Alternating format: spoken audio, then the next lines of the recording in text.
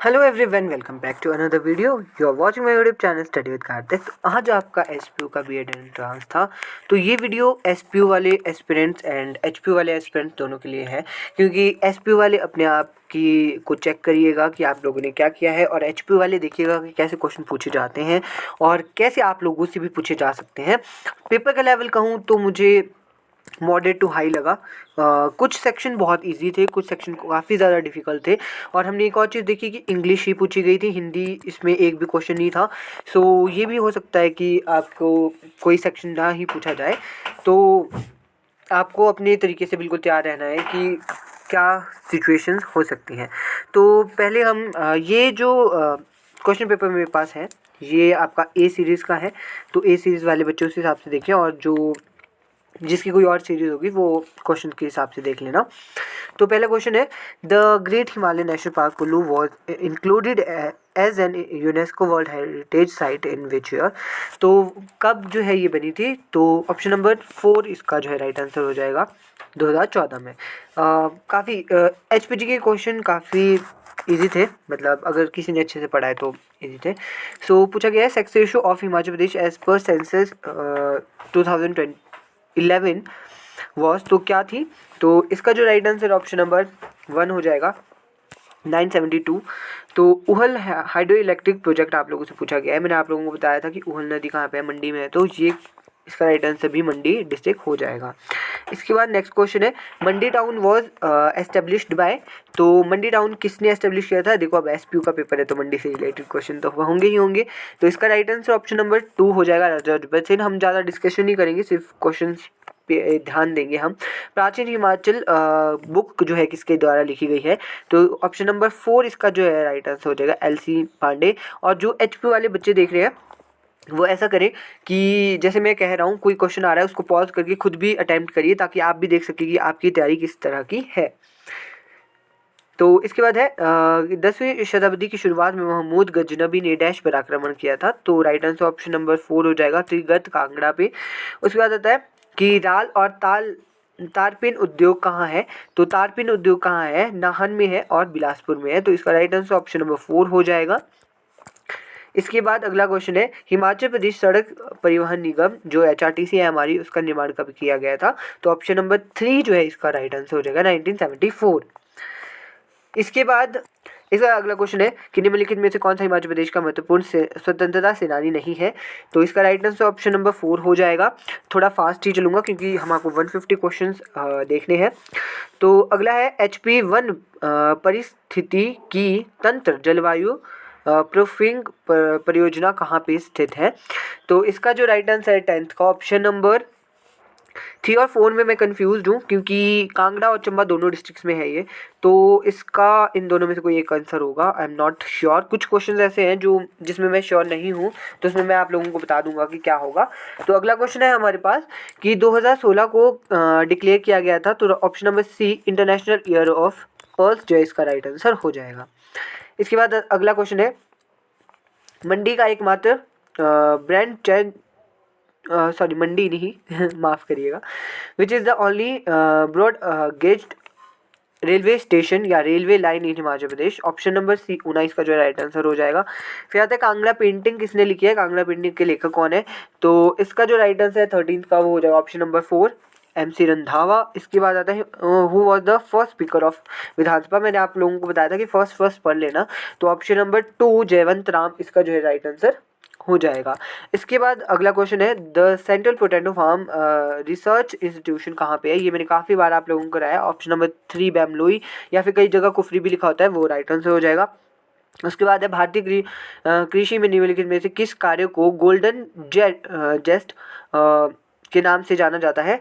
तो option number 16 का 3 right answer हो जाएगा। सेफ्रन की कल्टीवेशन से, जो केसर की खेती से रिलेटेड इसे कहा जाता है। अगला क्वेश्चन है, भारतीय जलवायु के निर्धारण पे हिमालय की प्रमुख भूमिका है। तो इसका जो है करेक्ट आंसर ऑप्शन नंबर 4 हो जाएगा। आंसर ही बताऊंगा। तो उसके बाद अगला क्वेश्चन है, सत्यमेव जयते किस शब्द कहाँ से लिया गया है? तो ऑप्शन नंबर 1 मुंडक उपनिषद जो है इसका राइट आंसर हो जाएगा। फिर केवला देव पंछी अभ्यारण्य कहाँ पे स्थित है? ये ज्योग्राफी से रिलेटेड क्वेश्चन है, तो 19th का option number 2 Rajasthan right answer हो जाएगा। इसके बाद अगला क्वेश्चन है, मंत्रियों की कैबिनेट प्रणाली उधार ली गई है, किससे ली गई है? ये आपने पॉलिटिकल साइंस में क्वेश्चन पढ़ा होगा, माफ करिएगा। तो इसका राइट आंसर ऑप्शन नंबर 2 हो जाएगा, यूके से। किसी को किसी भी क्वेश्चन में डाउट होता है ना, तो वो मुझसे पूछ सकता, वो कमेंट सेक्शन में लिख सकता है, क्योंकि गलतियां मुझसे भी हो सकती है, क्योंकि मैं पहले ही कहता हूँ कि मैं 100% श्योर नहीं हूँ कि इसका आंसर यही होगा।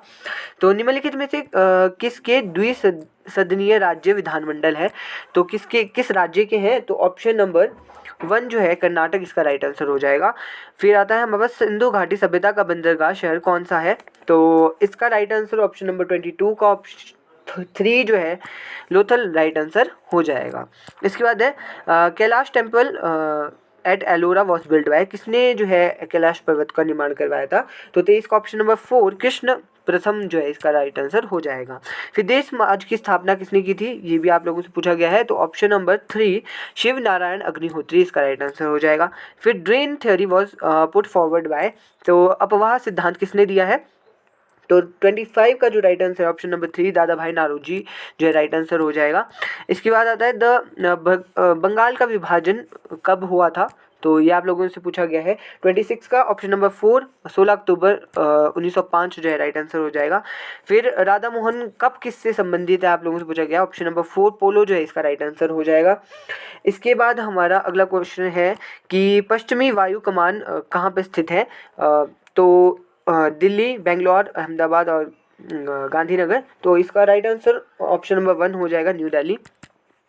इसके बाद अगला क्वेश्चन है हमारे पास कि पीर निगाह फेयर कहाँ पे सेलिब्रेट किया जाता है? ये हिमाचल की पर्सपेक्टिव से पूछा गया क्वेश्चन है।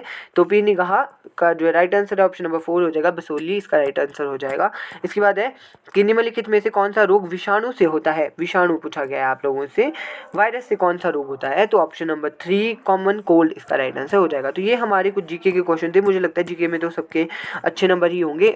मुझे लगता है कि 20 to 25 तो मैक्सिमम लोगों के ठीक होंगे, और यहीं से जो है स्कोर भी बनेगा, क्योंकि हमने देखा कि टीचिंग एप्टीट्यूड के क्वेश्चन भी काफ़ी अच्छे लेवल के पूछे गए थे, सभी अच्छे लेवल के पूछे गए थे। तो चलते हैं अब आगे। वीडियो में आगे बढ़ने से पहले मैं आप लोगों को बताना चाहूँगा कि we are launching mock test. हमने एक मॉक टेस्ट बनाया है जिसमें हमारी काफ़ी ज़्यादा मेहनत लगी है। ये बाइलिंगुअल रहने वाला है, एंड ये जो है मॉक है ये HP टॉपर्स ने बनाया है, जिसमें कि मैं हूँ, पूनम ठाकुर है, और भी हमारे 2-3 साथी हैं, बट वो नहीं चाहते थे कि उनका नाम डिस्क्लोज़ हो। तो हम जो भी HP के टॉपर है, जैसे मैंने 2022 में जो है क्लियर किया था एंट्रांस, और HPU से बीएड कर रहा हूँ। इन्होंने 2023 में किया था, तो इनके कुछ साथी भी हैं और कुछ जो है धर्मशाला के भी हैं हमारे फ्रेंड्स। तो हम लोगों ने काफ़ी ज़्यादा मेहनत की है इस मॉक को बनाने के लिए। हमारा ये था कि हम एक बहुत अच्छा सा मॉक बना दें आप लोगों के लिए। तो इसका हमने एक मिनिमम सा प्राइस रखा है जो कि काफ़ी अफोर्डेबल है, 39 रुपीज़ इसका हमने प्राइस रखा है। अगर अच्छा रिस्पांस आता है तो हम लोग और भी मॉक टेस्ट बना देंगे। मॉक टेस्ट क्यों ज़रूरी है? मॉक टेस्ट इसलिए ज़्यादा ज़रूरी है क्योंकि अगर आप लोग पढ़ते ही रहोगे और ये नहीं देखोगे कि आप लोग कहाँ स्टैंड कर रहे हो, तो वो थोड़ा डिफ़िकल्ट हो जाता है। तो इसलिए आप लोग जो भी परचेज़ करना चाहते हैं, इट्स नॉट कंपल्सरी। कोई चाहता है कि अपनी तैयारी को चेक करना है मैंने कि कितना है, क्योंकि हमने SPU का एंट्रांस देखा तो काफ़ी मॉडरेट टू हाई लेवल है। तो जो हमने टेस्ट भी बनाया है वो भी हमने काफ़ी अच्छे लेवल का जो है बनाने की पूरी कोशिश किया, और हमारा फर्स्ट टाइम है कि हम कोई मॉक टेस्ट बना रहे हैं। तो आप अगर आपको परचेज़ करना होगा तो गिवन नंबर पे आप जो है व्हाट्सएप पे मैसेज करिएगा, एंड पेमेंट करने के बाद हम आपको जो है PDF प्रोवाइड करवा देंगे। PDF प्रोवाइड करवाने के बाद आप लोग को हम OMR शीट भी दे देंगे। उसके साथ आप लोग उसको प्रिंट करा के पूरे 2 घंटे अच्छे से बैठ के दें, ताकि आप देख सकें कि आपकी टाइम मैनेजमेंट हो पा रही है कि नहीं, क्योंकि हमने इसमें पूरा इंक्लूड किया है। RC से लेकर हमने DI के क्वेश्चन वगैरह इसमें सारे जो हैं हमने किए हैं। तो जिसने भी परचेज़ करना होगा गिवन नंबर पे जो है व्हाट्सएप कर लेना याद से, ताकि एक अच्छे तरीके से आप देख सको। और हमने प्राइस भी काफ़ी कम रखा है इसीलिए, क्योंकि सभी अफोर्ड कर सके। सो चलिए अब चलते हैं हम आगे। तो मैंने देखा कि इंग्लिश भी काफ़ी अच्छे लेवल की पूछी गई थी। तो मैं इंग्लिश मेरी उतनी अच्छी नहीं है, बट फिर भी मैंने पूरी कोशिश की है कि मैं आप लोगों के लिए आंसर्स प्रोवाइड करवा सकूँ। मैं सीधे आंसर बताते हुए चलूँगा। तो पहले आप लोगों को सिमिलर पूछे गए थे। तो 31 का जो राइट आंसर है वो ऑप्शन नंबर, ये क्या हो गया, माफ़ करिएगा,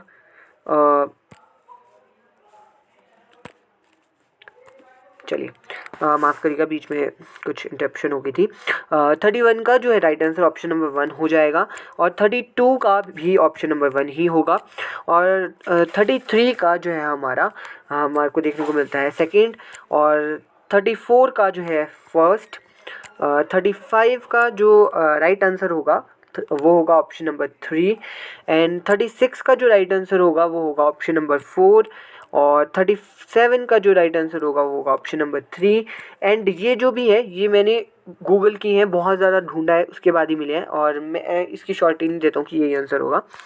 फिर 38 का जो राइट आंसर है वो हो जाएगा सेकंड, लिमिट।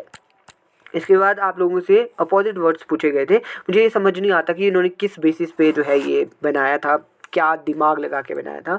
सो 39 का जो है ऑप्शन नंबर 1 हो जाएगा, और मुझे ऐसा लगता है कि एचपीयू का तो ऐसा नहीं रहने वाला है, एचपीयू का वही पैटर्न रहेगा, और 40 का भी ऑप्शन नंबर 1 हो जाएगा, और 41 का जो है हमारे को सेकंड देखने को यहाँ पे मिलता है, एंड 42 का 1 हो जाएगा, और 43 का सेकंड हो जाएगा, डल, और 44 का ऑप्शन नंबर 4 जो है करेक्ट आंसर हो जाएगा, और उसके बाद 45 नंबर क्वेश्चन, 45 का ऑप्शन नंबर 1 जो है करेक्ट आंसर हो जाएगा, और 46 का ऑप्शन नंबर 1 ही जो है राइट आंसर हो जाएगा।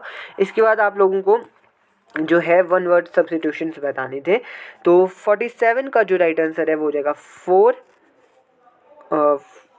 हो जाएगा, और 48 का हो जाएगा आप लोगों का 2, और 49 का जो है 3 हो जाएगा आप लोगों का आंसर, और उसके बाद 50 नंबर जो क्वेश्चन है उसका हो जाएगा सेकंड।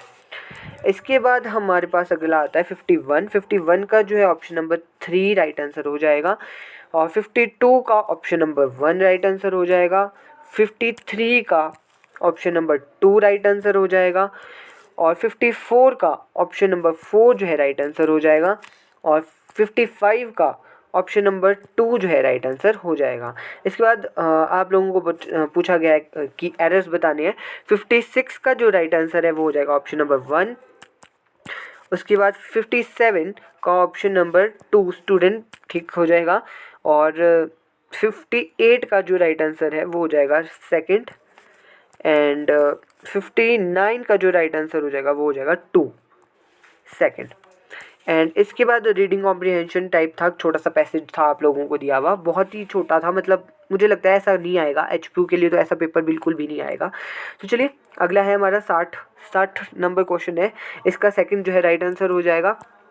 इसके बाद 61 का जो है थर्ड राइट आंसर हो जाएगा, 62 का फोर्थ राइट आंसर हो जाएगा, और 63 का 1 जो है राइट आंसर हो जाएगा, और 64 का सेकंड जो है राइट आंसर हो जाएगा। काफ़ी इजी था ये आरसी। इसके बाद 65 यहाँ पे आप लोगों को शफल करने थे और सीक्वेंस में लगाने थे। तो 65 का जो राइट आंसर है ये मुझे एग्जैक्टली नहीं लग पा रहा है पता, सो ये हम स्किप करते हैं। 65, 66 और 67 हम स्किप कर देंगे, क्योंकि इसको बनाने में भी काफ़ी टाइम लगना था, तो इतना नहीं हो पाना था मेरे से। और 68 का जो है सेकंड राइट आंसर हो जाएगा, 69 का जो है फर्स्ट इसका राइट आंसर हो जाएगा, और 70 का जो राइट आंसर हो जाएगा फर्स्ट ही जो है इसका राइट आंसर हो जाएगा। तो ये इंग्लिश के थे। इंग्लिश के हम आपको यहाँ पे 40 क्वेश्चंस देखने को मिलते हैं, जो कि काफ़ी ज़्यादा हैं। आप फिक्र मत करिए, एचपीयू के लिए ऐसा नहीं पूछा जाएगा। एंड किसी भी क्वेश्चन का मुझे कोई और आंसर लगता है तो मैं कमेंट सेक्शन को मैं वो पिन कर दूंगा, किसी को लगता है कि इसका आंसर कुछ और होना चाहिए वो भी बता सकता है। इसके बाद अगला question 71 number question. 71 number question का जो राइट आंसर है वो ऑप्शन नंबर 3 हो जाएगा, है ना। आप इसको सॉल्व करिएगा आराम से बैठ के, जो एचपीयू के बच्चे हैं वो अच्छे से जो है सॉल्व करिएगा। इसकी पीडीएफ जो मैं आप लोगों को टेलीग्राम चैनल पे प्रोवाइड करवा दूंगा, वहाँ से देख के भी आप इसको सॉल्व करिएगा, क्योंकि आप लोगों की एक जो है प्रैक्टिस हो जाएगी। और 72 का जो ऑप्शन नंबर 4 हो जाएगा राइट आंसर, क्योंकि इसको हम डिटरमिन ही नहीं कर सकते हैं, क्योंकि इसमें देखो पूछा गया है कि X is sitting to the immediate Y, तो एक्स यहाँ है, वाई यहाँ पे है, और उन्होंने बोला कि वाई के राइट साइड कौन होगा, तो हमें क्या पता है कि कौन होगा। तो 73 का जो राइट आंसर है ये ये जो है इसका कोई भी आंसर नहीं निकाला जा रहा है क्योंकि इसमें मिडल पूछा गया और मिडल यहाँ पे नहीं आ रहा है। फिर 74 नंबर क्वेश्चन, 74 नंबर का बी जो है राइट आंसर हो जाएगा। फिर हम देखते हैं 75 नंबर क्वेश्चन, ये भी नहीं हो पा रहा है सॉल्व, मैंने इसको करने की कोशिश की तो ये भी मैं असमर्थ हूँ। किसी को लगता है कि इसका आंसर क्या होना चाहिए वो कमेंट सेक्शन में लिख सकता है ताकि और लोगों की भी मदद हो जाए। 76 का ऑप्शन नंबर 3 वेडनेसडे जो है राइट आंसर हो जाएगा। 77 का 1 जो है राइट आंसर हो जाएगा। 78 का जो है 4 राइट आंसर हो जाएगा। फिर आता है हमारा 79 का जो है करेक्ट आंसर वैसे मेरे अकॉर्डिंग 30 होना चाहिए, जो यहाँ पे नहीं दिया गया है। अगला क्वेश्चन है हमारे पास 80 का जो है सेकंड राइट आंसर हो जाएगा, ये इजी थे। और इसके बाद ये जो 81 नंबर क्वेश्चन और 82 नंबर क्वेश्चन ये मेरी समझ से परे है क्योंकि मुझे फिजिक्स वगैरह उतने अच्छे से नहीं आती है, उतने अच्छे से आती ही नहीं है, तो ये आंसर्स भी मैं सॉरी आप लोगों को प्रोवाइड नहीं करवा पाऊँगा। इसका अगला क्वेश्चन है 83 नंबर क्वेश्चन। 83 का जो है सेकेंड 120 राइट आंसर हो जाएगा। 84 का जो है 4 ही राइट आंसर होगा। 85 का जो है 4 हो जाएगा राइट आंसर। और उसके बाद हमारा अगला है 86 का फर्स्ट जो है राइट आंसर हो जाएगा। आप सॉल्व करके देखिएगा इसे। फिर 87 नंबर क्वेश्चन, 87 नंबर का फोर्थ जो है 24 राइट आंसर हो जाएगा। देखो मैं बार बार यही कह रहा हूँ कि ये आंसर्स मेरे अकॉर्डिंग है। 88 का जो है हमारा सेकंड जो है राइट आंसर हो जाएगा 6। और 89 का जो है हमारा 9 राइट आंसर हो जाएगा। और उसके बाद 90 नंबर क्वेश्चन है उसका 3 जो है राइट आंसर हो जाएगा। 3 नहीं सॉरी माफ़ करिएगा 5 जो है राइट आंसर हो जाएगा, 5 सेंटीमीटर। ठीक है, तो ये थे मैथ्स के क्वेश्चन। मैथ्स और रीजनिंग के क्वेश्चन भी काफ़ी अच्छे देखने को मिलते हैं हमें, जो कि एचपीयू जो क्वेश्चन पूछता है उससे काफ़ी ज़्यादा डिफरेंट थे। वही कह रहा हूँ मैं, एचपीयू एसपीयू का अलग अलग चलेगा। आप एचपीयू वाले ऐसे टेंशन ना लें कि भी पता नहीं कैसे होगा क्या आ जाएगा, ऐसा कुछ नहीं है। ठीक है, इसके बाद कमीशन एंड कमेटीज हम डिस्कस कर लेते हैं। कमीशन एंड कमेटीज में फर्स्ट का जो है पूछा गया था कि Indian university commission in dash indicate for reaching decision of the government regarding university education. तो मेरे हिसाब से 1902 इसका राइट आंसर होना चाहिए। वर्धा तो आप लोगों को पता है बेसिक एजुकेशन है, महात्मा गांधी जी ने कहा था, महात्मा गांधी जी ने कहा था, पर इसमें आप लोगों से पूछा गया है appointed a committee of educator. तो इसका ऑप्शन नंबर 2 जाकिर हुसैन जो है राइट आंसर हो जाएगा। इसके बाद अगला क्वेश्चन है 93 नंबर क्वेश्चन कि non formal education programme organised in the India through a resolution of dash adopted in 1974। Option number A बिल्कुल central advisory board of education इसका करेक्ट आंसर हो जाएगा। द डैश 5 ईयर प्लान ये थोड़ा सा confusing है, मुझे लगता है इसका right answer 9th 5 year plan होना चाहिए क्योंकि सर्व शिक्षा अभियान आया था हमारा 2001 और 2 में, तो उस टाइम पे 9th 5 ईयर प्लान चल रहा था, तो ये मुझे नहीं पता कि किस बेसिस पे उन्होंने पूछ लिया है। फिर अगला क्वेश्चन है काफ़ी मैंने एक चीज़ देखी कि क्वेश्चंस काफ़ी अच्छे लेवल के पूछे गए थे यहाँ पे। 95 का ऑप्शन नंबर 3 भोपाल बिल्कुल करेक्ट आंसर हो जाएगा। जो हमारा Pandit Sundarlal Sharma central institute of vocational education है वहाँ पे स्थित है भोपाल में। उसके बाद आता है कि the dash commission has recommended the concept of autonomous college in India. तो ऑटोनोमस कॉलेज इंडिया का ऑप्शन नंबर ए जो है राइट आंसर हो जाएगा। एजुकेशन कमीशन 1964-66 जो है इसका बिल्कुल करेक्ट आंसर हो जाएगा। इसके बाद अगला क्वेश्चन है हमारे पास नेशनल माफ़ करिएगा NAAC are existence in 1994 headquarter कहाँ है नैक का, ये पूछा गया है बेंगलोर, इसका जो है राइट आंसर हो जाएगा। इसके बाद है कि the dash policy recommended the establishment of diet की एस्टेब्लिशमेंट किसने की थी। ऑप्शन नंबर 1 जो है इसका राइट आंसर हो जाएगा। फिर right to education and free compulsory education was dash preliminary for achieving the universal elementary education. तो 2009 इसका जो है राइट आंसर हो जाएगा। और इसके बाद हमारा जो अगला क्वेश्चन है अगला क्वेश्चन है हमारे पास NEP 2020 में क्या प्रपोंड किया गया है। ऑप्शन नंबर 100 का जो है 3 बिल्कुल करेक्ट आंसर हो जाएगा। इसके बाद हमारा NPST की फुल फॉर्म आप लोगों से पूछी गई है। NPS मैंने आपको पहले कहा था कि फुल फॉर्म आप लोगों को अच्छे से पढ़ लेनी है, और आगे मैं वीडियोस भी बना दूंगा अब आप लोगों के लिए, मुझे थोड़ा सा आइडिया लग गया कि क्या होगा। ऑप्शन नंबर 3 जो है इसका राइट आंसर हो जाएगा। इसके बाद आता है हमारे पास national curriculum framework for teacher evaluation education was propose by, तो किसने प्रपोज किया था? 102 का ऑप्शन नंबर 4 NCERT बिल्कुल करेक्ट आंसर हो जाएगा। फिर निष्ठा आप लोगों से पूछा गया है, ये कौन सी किस स्कीम के अंडर है, ये स्कीम किसके अंडर है? तो ऑप्शन नंबर 3 103 का समग्र शिक्षा राइट आंसर हो जाएगा। अगला क्वेश्चन है NSQF launched in 2013 stand for, क्या स्टैंड करता है? 104 का जो है option number 1 national skill qualification framework जो है राइट आंसर हो जाएगा। इसके बाद अगला क्वेश्चन आता है the national council for teacher education कब आया था? NCTE कब एग्जिस्टेंस में आया था? ऑप्शन नंबर 2 1993 इसका राइट आंसर हो जाएगा। अगला है कि national curriculum framework for teacher education published by NCTE is preparing, तो क्या प्रिपेयर करता है? हाँ, मुझे दो में कन्फ्यूज़न है, फर्स्ट एंड सेकंड में। ऑप्शन नंबर 2 भी राइट आंसर हो सकता है, 1 भी हो सकता है, प्रोफेशनल टीचर्स भी होते हैं, बट देखते हैं क्या आंसर रहता है इसका। तो अगला क्वेश्चन है inclusive education of the disable at the secondary stage was launch form, तो कब लॉन्च किया गया था? ऑप्शन नंबर 3 जो है इसका 2009 से 10 राइट आंसर हो जाएगा। फिर Kasturba Gandhi Balika Vidyalaya provide access and quality education to girls belonging to dash, तो ऑल ऑफ दीज इसका जो है राइट आंसर हो जाएगा, सभी SC ST OBC minority community की गर्ल्स के लिए। फिर ITEP की फुल फॉर्म आप लोगों से पूछी गई है। 109 का option number 3 integrated teacher education program right answer हो जाएगा।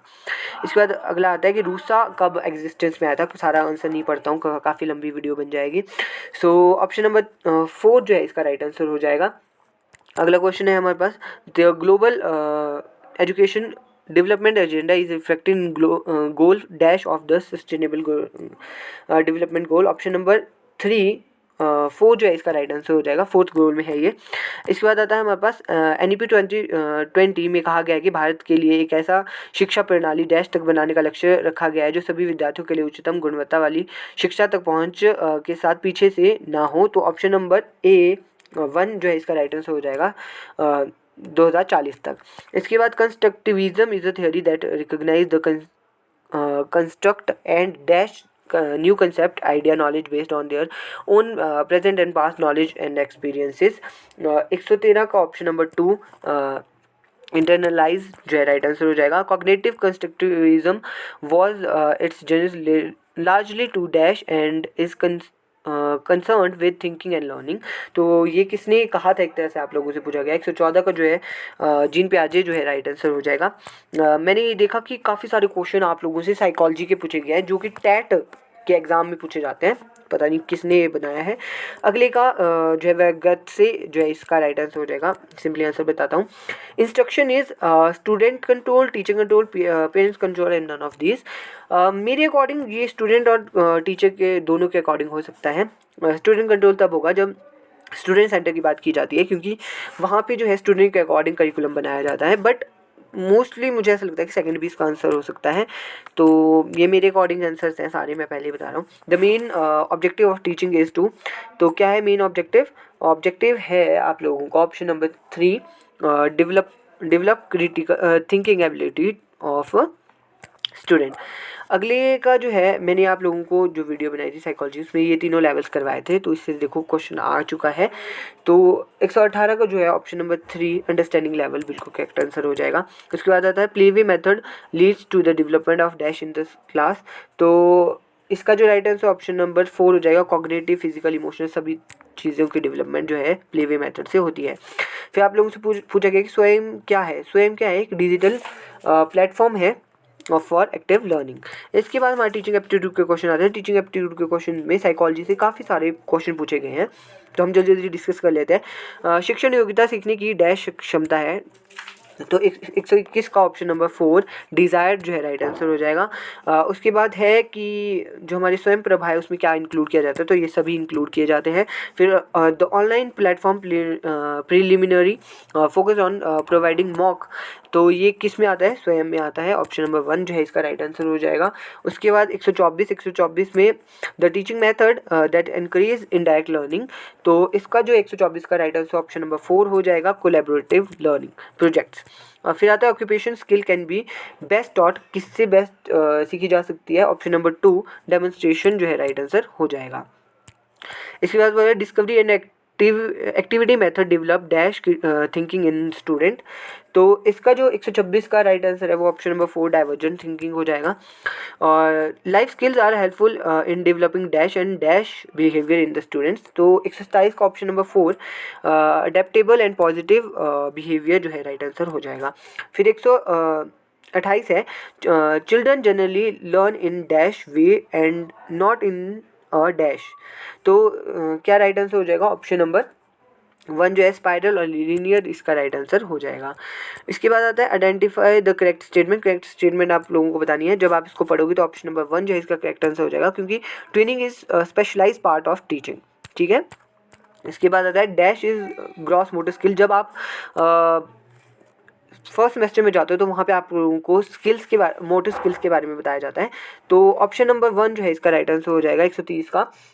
ये भी मैं आप लोगों को थोड़ा सा करा दूंगा, जो एचपी वाले बच्चे देख रहे हैं ना, अब मेरे को थोड़ा सा यहाँ से आइडिया लग गया कि आप लोगों को क्या पढ़ाना चाहिए साइकोलॉजी में, और तो वो भी मैं आप लोगों को पढ़ा दूंगा, डोंट वरी। तो 131 का जो राइट आंसर है वो हो जाएगा ऑप्शन नंबर 1।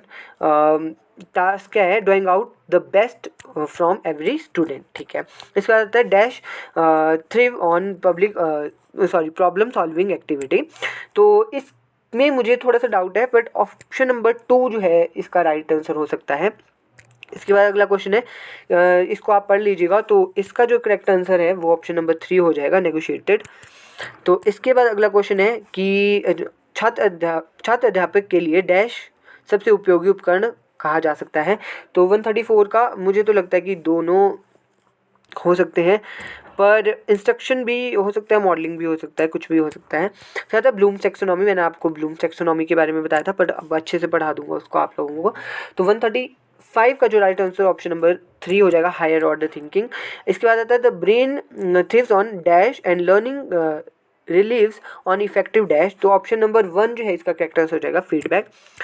तो इसके बाद अगला क्वेश्चन है हमारे पास, the teacher must have dash while communicating with the student, तो क्या होना चाहिए, 137 का ऑप्शन नंबर 3 एम्पैथी जो है राइट आंसर हो जाएगा। फिर आप लोगों को टीचिंग स्किल, जो आप लोगों को जब आप बीएड करने आते हो तो आप लोगों को माइक्रो टीचिंग में सिखाई जाती है, तो ये सभी जो है स्किल्स हैं, जो और स्किल्स है वो भी मैं आप लोगों को करा दूंगा, ताकि उससे रिलेटेड क्वेश्चन आता है तो वो भी आप लोग टिक कर सके। तो ऑप्शन नंबर 4 जो है इसका राइट आंसर हो जाएगा। फिर आता है जादुई पिटारा is the collection of dash teaching learning material developed by NCERT के द्वारा डेवलप कौन सा क्या किया गया है, तो ये प्ले बेस्ड जो है टीचिंग लर्निंग मटेरियल है।